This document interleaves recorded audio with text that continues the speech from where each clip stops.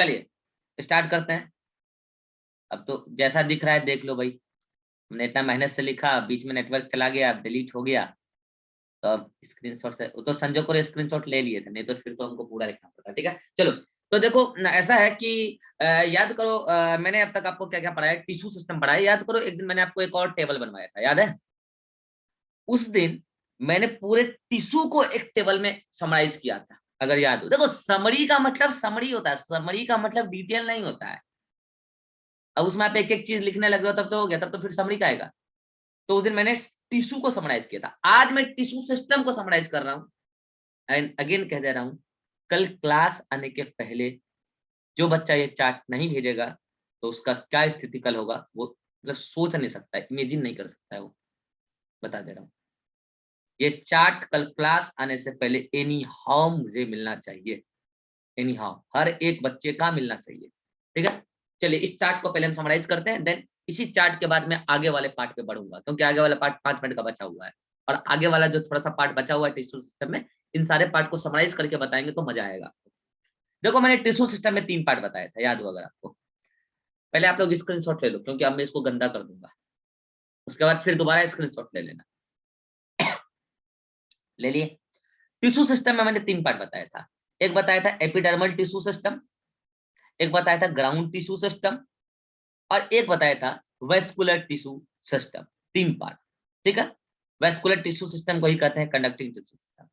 फिर मैंने आपको कहा था एपिडर्मल टिश्यू सिस्टम में 3 चीजें होती है, एक तो होता है एपिडर्मल अपेंडेजेस, और एक होता है एपिडर्मिस। एपिडर्मिस से ही निकलता है एपिडर्मल अपेंडेजेस, जो या तो रूट में रूट हेयर होगा और सूट में सूट हेयर, जिसको ट्राइकोम्स भी कहते हैं। और एपिडर्मिस, उसके साथ साथ स्टोमेटल अपरेटस जो रूट में नहीं होता है, स्टेम में होगा, लीफ में होगा, रूट में नहीं होगा। ठीक है, और मेनली लीफ में होता है स्टोमेटल अपरेटस। ये पार्ट तो एपिडर्मल टिश्यू सिस्टम का है।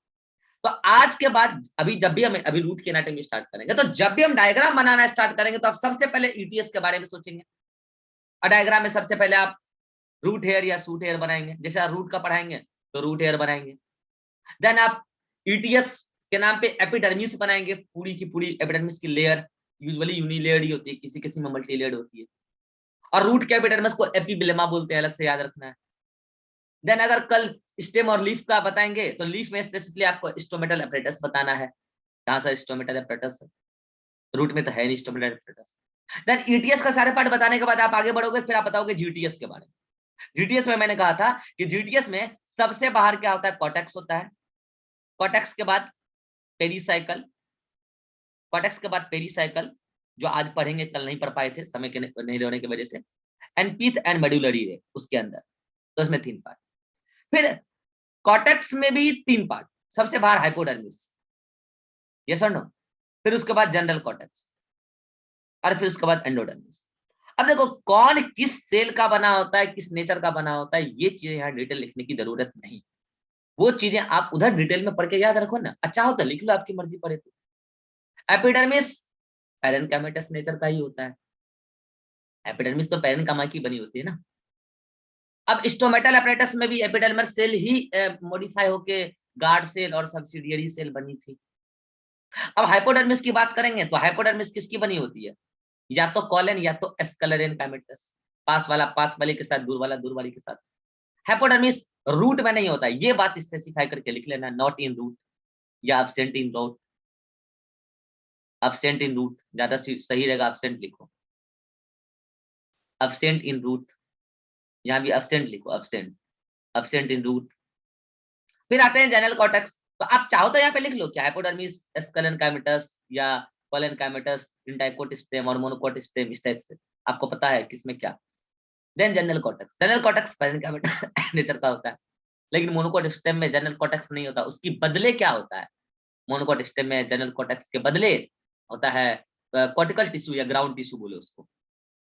अब वैसे प्रॉपर्टी जनरल कॉर्टेक्स रूट का है, एंडोडर्मिस भी प्रॉपर्टी रूट का है, इवन पेरिसाइकल भी प्रॉपर्टी रूट का है, और बोलो ये सब प्रॉपर्टी रूट के हैं, लेकिन डाइकोट स्टेम में भी मिलते हैं, मोनोकोट स्टेम में नहीं मिलता, क्योंकि मोनोकोट स्टेम बेचारा गरीब होता है, उसमें पूरा का पूरा कॉर्टिकल टिश्यू बिखरा होता है, जिसको ग्राउंड टिश्यू कहते हैं। ठीक है, जनरल कॉर्टेक्स की बातें हो गई। काम स्टोरेज है, हाइपोडर्मिस का काम आपको कल से ही पता है, मैकेनिकल सपोर्ट देना, थोड़ा बहुत स्टोरेज का काम ये भी कहीं कहीं कर लेता है। और थोड़ा बहुत फोटोसिंथेटिक भी हो जाता है। देन आता है एंडोडर्मिस। एंडोडर्मिस किस नेचर का? पेरेनकाइमेटस नेचर का। और फिर से वही बात कि एंडोडर्मिस डाइकोट स्टेम में भी होता है, वहां पे स्टार्च शीथ कहलाता है। एंडोडर्मिस चेक पॉइंट की तरह काम करता है, रूट में कल बता चुका हूँ। देन आता है पेरीसाइकल, वो आज पढ़ेंगे। पिथ मेडुलरी रे आज पढ़ेंगे। तो ये जीटीएस आपका खत्म होगा। तब आएंगे आप वीटीएस पे। वीटीएस में दो ही चीज होती है, जाइलम और फ्लोएम। अब जाइलम का अरेंजमेंट या तो एक जार्क होगा या तो एक डार्क होगा। अगर ये जार्क है तो मुझे बताओ बाहर कौन होगा? प्रोटोजाइलम। अंदर कौन होगा? मेटाजाइलम। पहले प्रोटोजाइलम बनता है, मेटाजाइलम बनता है, यानी कि डेवलपमेंट सेंट्रीपिटल चल रहा है। एंड डार्क में डेवलपमेंट सेंट्रीफ्यूगल चल रहा है, क्योंकि अंदर प्रोटोजाइलम बाहर मेटाजाइलम, यानी कि नया टिश्यू बाहर की तरफ बन रहा है। क्योंकि पहले प्रोटोजाइलम बना है, बाद में मेटाजाइलम बनता है, तो नया वाला टिश्यू तो बाहर की तरफ बना है, तो डेवलपमेंट सेंट्रीफ्यूगल हुआ, उसमें उल्टा हुआ। ये रूट में मिलता है तो लिख लो इन रूट। और ये इन सूट, मतलब रूट स्टेम और लीफ दोनों में इन सूट। सूट लिख लो, सूट का मतलब दोनों हो जाएगा। फिर आते हैं कि जाइलम और फ्लोएम दोनों का मिला के जो अरेंजमेंट होता है, या तो रेडियल होगा, या तो कंजॉइंट होगा, या तो कोलेटरल होगा। रेडियल रूट में मिलता है, इन रूट। अब कॉन्जुएंट में ओपन और क्लोज का चक्कर है। अब ओपन और क्लोज मैंने अलग से बताया, आप चाहो तो डिटेल में यहाँ पे लिख लो चार्ट में, आपकी मर्जी है, आप चार्ट को और इलोबरेट करना चाहो तो लिख लो। और किसी किसी में कोलेटरल भी मिलता है। तो ये आपके सामने टिश्यू सिस्टम का एक ओवरव्यू है, स्क्रीनशॉट लो अब।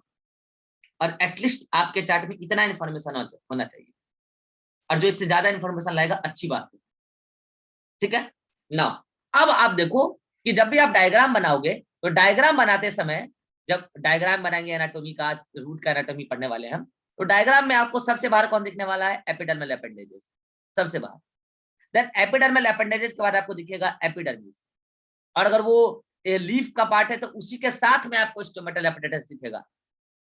उसके बाद आपको दिखेगा हाइपोडर्मिस, वो भी वो रूट में नहीं दिखेगा, स्टेम में, केवल स्टेम। फिर उसके बाद जनरल कॉर्टेक्स, फिर उसके बाद एंडोडर्मिस, फिर उसके बाद पेरीसाइकल। कौन कहाँ नहीं होता है आपको बता चुका है। अभी पेरीसाइकल पिथ मेडुलरी रे पढ़ा दूंगा मैं, ये नहीं पढ़ाया। देन पेरीसाइकल के बाद पिथ एंड मेडुलरी रे, और उसके बाद वेस्कुलर टिश्यू का अरेंजमेंट। ये मैं तीनों की एनाटॉमी जब अलग अलग पढ़ाऊंगा, रूट, स्टेम और लीफ, तो आपको क्लियर हो जाएगा कि कौन कहाँ कैसे किस प्रकार से। थियोरेटिकली आपको पता है, डायग्रामेटिकली अब आपको पता चल जाएगा। तो कई सारे सवाल तो आपको चार्ट से डायरेक्टली मिल जाएंगे। कई बार एग्जाम में आ जाता है कि अरेंज कीजिए, अरेंज कीजिए। This is the arrangement. अब लो स्क्रीनशॉट, ये एरो भी मार लेना। This is the arrangement. ये चार्ट टिश्यू सिस्टम का एनी हाउ कल बन जाना चाहिए। Now our topic today's, our topic is pericycle, pith and medullary ray. पहले मैं इसको खत्म करता हूँ, देन मैं खत्म करूंगा रूट का एनाटॉमी। आज रूट की एनाटॉमी खत्म करेंगे, एनाटॉमी में कुछ नहीं, आज रूट का एनाटॉमी खत्म करेंगे, कल स्टेम और लीफ का एनाटॉमी खत्म करेंगे। उसके बाद एक ही टॉपिक बचता है इस चैप्टर में, सेकेंडरी ग्रोथ। और फिर बोल रहा हूँ सेकेंडरी ग्रोथ बिल्कुल आसान है, जिसको एनाटॉमी तीनों का समझ में आ जाएगा। रूट, स्टेम, लीफ का। लीफ में तो होता नहीं है, ठीक है, स्टेम में होता है, रूट में होता है एनाटॉमी, वो भी डाइकोट में ही केवल, सॉरी सेकेंडरी ग्रोथ वो भी केवल डाइकोट में ही होता है। तो अगर एनाटॉमी आपको समझ में आ गया रूट और स्टेम का, सेकेंडरी ग्रोथ कुछ नहीं, चुटकी में उड़ा दोगे, धुआं उड़ा दोगे, ठीक है। चलो अब पढ़ते हैं पेरीसाइकल, पीथ एंड मेडुलरी। यहीं पे बता दे क्या? यहीं पे बता देते, कोई दिक्कत की बात नहीं, ठीक है। छोटा सा टॉपिक, बड़ा सा टॉपिक है भी नहीं। तो पहले हम लेते हैं क्या? पेरीसाइकल। तो जैसे मैंने आपको बोला था, general cortex, endodermis, property of root but also found in dicot stem. In this manner pericycle also property of root. Property तो रूट की है, फिर से वही बात। डाइकोट स्टेम चूंकि अमीर है, मोनोकोट स्टेम चूंकि गरीब है, तो मोनोकोट स्टेम में नहीं मिलता है पेरीसाइकल, बिल्कुल मिलता ही नहीं है। और डाइकोट स्टेम में पेरीसाइकल मिलता है। कोई अंदाजा लगाओ पेरीसाइकल किस टिश्यू से बना हुआ होगा? अंदाजा लगाओ। स्क्लेरेंकाइमा है स्क्लेरेंकाइमा, पैरेनकाइमा। पेरेनकाइमा। रूट में तो पेरेनकाइमा की ही बनी होगी, रूट में पेरीसाइकल पेरेनकाइमा की ही बनी होगी, क्योंकि अगर रूट में पेरेनकाइमा आ गया तो, सॉरी, रूट में अगर स्क्लेरेंकाइमा आ गया तो फिर वाटर एब्जॉर्प्शन कौन कराएगा जी? कुछ भी कैसे बोल देते हो। रही बात डाइकोट स्टेम में, तो डाइकोट स्टेम में पेरेनकाइमा के साथ थोड़े बहुत स्क्लेरेंकाइमा भी होती है पेरीसाइकल लेयर में, डाइकोट स्टेम में, क्योंकि वहां पे स्क्लेरेंकाइमा को रिजिडिटी देना है। स्टेम को रिजिडिटी चाहिए, क्योंकि वो धरती से ऊपर का पार्ट। तो पहली बात तो मोनोकोट सिस्टम में पेरिसाइकिल होता नहीं है। होता कहाँ है? तो होता है प्रॉपर्टी ऑफ रूट है, रूट में पैरेनकाइमेटस ही हो, चाहे डाइकोट की हो चाहे वो मोनोकोट की हो। देन डाइकोट स्टेम में भी होता है, तो पैरेनकाइमा के साथ साथ थोड़ी सी स्क्लेरेनकाइमा भी है। तो ये तो बात हो गई पेरिसाइकिल, ठीक है। अब यहीं पे मैं आपको एक बात बताना चाहूंगा। एक वर्ड आता है स्टील। ये स्टील वो स्टील नहीं है जिसका बर्तन आप घर में यूज करते हैं। स्टील, स्टील पता है किसको कहते हैं? एंडोडर्मिस के अंदर जो कुछ भी है उसको स्टील कहते हैं। क्या बोल रहा हूं मैं? एंडोडर्मिस के अंदर जो कुछ भी है उसको स्टील कहते हैं। मुझे बताओ एंडोडर्मिस के अंदर क्या क्या है, देख के बताओ अभिषेक।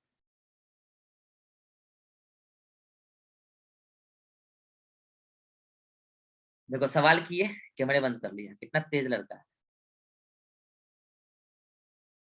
एंडोडर्मिस के अंदर क्या क्या है अभिषेक? सर कैमरा नहीं, कॉल आ गया था। हाँ, एंडोडर्मिस के अंदर क्या क्या है?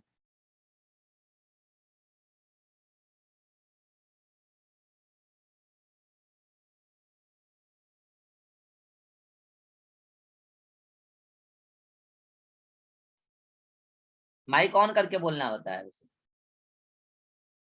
नहीं सर, फिर कॉल आ गया था, उसको काट रहे थे। एंडोडर्मिस के अंदर क्या क्या है बताओगे या फिर टाइम वेस्ट करोगे?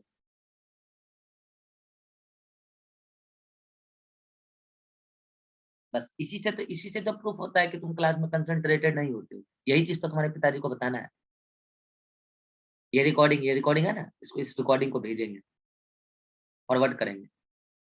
ये जो भी है रिकॉर्डिंग, ये क्योंकि इस बात ये है कि ये नहीं है सवाल, बहुत बड़ा सवाल नहीं कि एंडोडर्मिस के अंदर क्या है। बात ये है कि एंडोडर्मिस के अंदर क्या है स्लाइड पे लिखा हुआ और वो देख के भी नहीं बताना, ये इतनी बड़ी चीजें आपकी प्रूफ कर रही है कि जो आप समझ भी नहीं सकते। राजेश्वरी बताओ एंडोडर्मिस के अंदर क्या क्या है? Pericycle with medullary rays. Pericycle pith medullary ray तो केवल जीटीएस का पार्ट हुआ, इसके अलावा वीटीएस के नाम पे जाइलम और फ्लोएम भी तो है। ये सब एक साथ मिलके स्टील कहलाता है। ये सब एक साथ मिलकर स्टील कहलाता है। ठूस लो बेटे, एग्जाम में कई बार आ चुका है। Steel constituted by the combination of pericycle, मतलब लिखा हुआ था यार, घेर तो दिया, लो लिख देते हैं। Pericycle plus pith plus medullary ray plus xylem plus phloem, इतना सब कुछ मिलके स्टील कहलाता है। मतलब part inside the endodermis together known as stele. ठीक है, अब समझना ध्यान से। होता क्या है, जो आप ब्रांचेस देखते हो ना, रूट में भी और स्टेम में भी, पढ़े हैं ना आप रूट स्टेम? अरे रूट में रूट ब्रांचेस थी ना, रूट हेड्स वगैरह जो निकलती थी बेसिकली, उसी को रूट ब्रांचेस कहते थे। ठीक है, और उसके अलावा primary secondary root tertiary root branches ही तो था। रूट हेड्स तो फिर भी अलग चीज हो गया, सेकेंडरी और टर्सरी रूट ब्रांचेस ही था। स्टेम में भी अपने ब्रांचेस देखा था। तो ब्रांच कहां से ओरिजिनेट होता है, ये क्वेश्चन आता है कि लेटरल ब्रांच ऑफ रूट कहां से ओरिजिनेट होता है और लेटरल ब्रांच ऑफ शूट कहां से ओरिजिनेट होता है। तो बच्चों मैं आपको बता देना चाहता हूं कि lateral branch of root originate होता है पेरिसाइकिल से। Gives lateral root, lateral root का मतलब समझ गए ना, प्राइमरी रूट के अलावा जो कुछ भी। तो वो जो निकलेगा, जैसे कि प्राइमरी से जो निकल रहा है साइड में रूट, सेकेंडरी जो प्राइमरी से निकला वो प्राइमरी के लेटरल हुआ, तो वो प्राइमरी के पेरिसाइकिल रीजन से ओरिजिनेट होता है। जो सेकेंडरी निकल गया, अब वो सेकेंडरी का पूरा फॉर्मेशन हो गया सेकेंडरी रूट का, अब उसका जो पेरिसाइकिल होगा उससे जो टर्सरी निकलेगा, तो टर्सरी रूट सेकेंडरी के लिए लेटरल रूट होगा। कितने लोग मेरी बात समझ? सेकेंडरी रूट के लिए टर्सरी रूट लेटरल रूट होगा। तो जो रूट निकलता है लेटरल रूट, वो पेरिसाइकिल रीजन से निकलता है। तो मुझे बताओ विवेक, अगर पेरिसाइकिल रीजन से निकल रहा है तो वो स्टील रीजन से निकल रहा है या एक्स्ट्रा स्टीलर रीजन से निकल रहा है? सर स्टील, तो एक्स्ट्रा क्या हम स्टीलर लेटरल रूट को और के ओरिजिन को इंट्रा स्टीलर बोलेंगे या एक्स्ट्रा स्टीलर बोलेंगे? चलिए बोलो, इंट्रा या एक्स्ट्रा? इंट्रा बोलेंगे। Intra, intra stealer in origin, intra stealer in origin, ठीक। क्योंकि ये पेरिसाइकिल से निकल रहा है। Pericycle is the part of steel, first part of steel. अगर बात लेटरल रूट की आई है तो क्यों ना हम लेटरल स्टेम की भी बात कर लें, branches, lateral branches of stem. ठीक है, साइड में बात कर लेते हैं। तो मैं आपको बता दूं बच्चों, लेटरल ब्रांच ऑफ स्टेम जो होता है वो कहां से ओरिजिनेट होता है? लेटरल ब्रांच,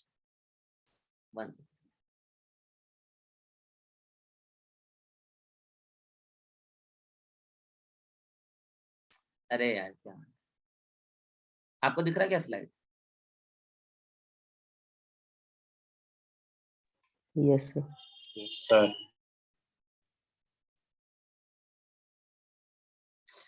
क्या कट गया यार? पीडीएफ ही कट गया।